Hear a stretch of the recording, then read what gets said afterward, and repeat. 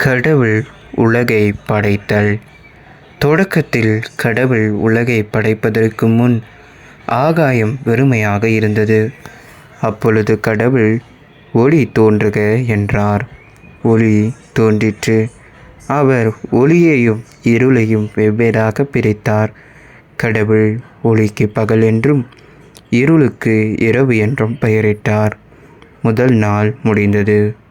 பின்னர் கடவுள் நீர்த்திரளுக்கு இடையில் வானம் தோன்றுக என்றார். அதுவும் அவ்வாறே ஆயிற்று. அவர் வானத்திற்கு விண்ணுலகம் என்று பெயரிட்டார். இரண்டாம் நாள் முடிந்தது. அடுத்து கடவுள் விண்ணுலகுக்கு கீழுள்ள நீரெல்லாம் ஒரு இடத்தில் ஒன்று சேர உலர்ந்த தரை தோன்றுக என்றார். அது அவ்வாறே ஆயிற்று. கடவுள் உலர்ந்த தரைக்கு நிலம் என்றும் ஒன்று திரண்ட நீருக்கு கடல் என்றும் பெயரிட்டார்.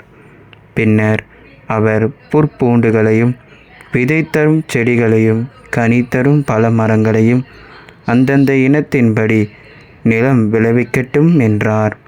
அவ்வாறே ஆயிற்று. மூன்றாம் நாள் முடிந்தது. அப்பொழுது கடவுள் விண்விரிவினில் ஒளிப்பிழம்புகள் தோன்றுக என்றார். அதுவும் அவ்வாறே ஆயிற்று. கடவுள் பகலை ஆள்வதற்கு பெரிய ஒளிப்பிழம்பையும் இரவை ஆள்வதற்கு சிறிய ஒளிப்பிழம்பையும் விண்மீன்களையும் உருவாக்கினார். நான்காம் நாள் முடிந்தது. பின்னர் கடவுள் திரளான உயிரினங்களை தண்ணீர் தோற்றுவிப்பதாக, வானத்தின் பறவைகள் பரப்பனவாக என்றார். இவ்வாறு கடலில் பெரும் பாம்புகளையும் திரளாக நீரில் நீந்தி வாழும் உயிரினங்களையும் இறக்கை உள்ள எல்லாவித பறவைகளையும் அவற்றின் இனத்தின்படியே படைத்தார்.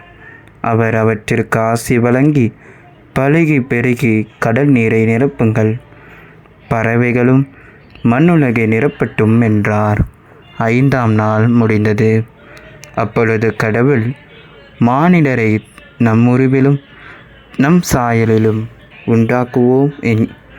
அவர்கள் கடல் மீன்களையும் வானத்து பறவைகளையும் கால்நடைகளையும் நிலத்தின் ஊர்வன யாவற்றையும் ஆளட்டும் என்றார்.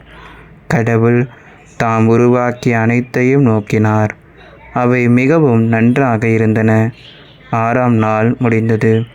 அதன்பின் கடவுள் 7ஆம் நாளில் ஓய்ந்திருந்தார்.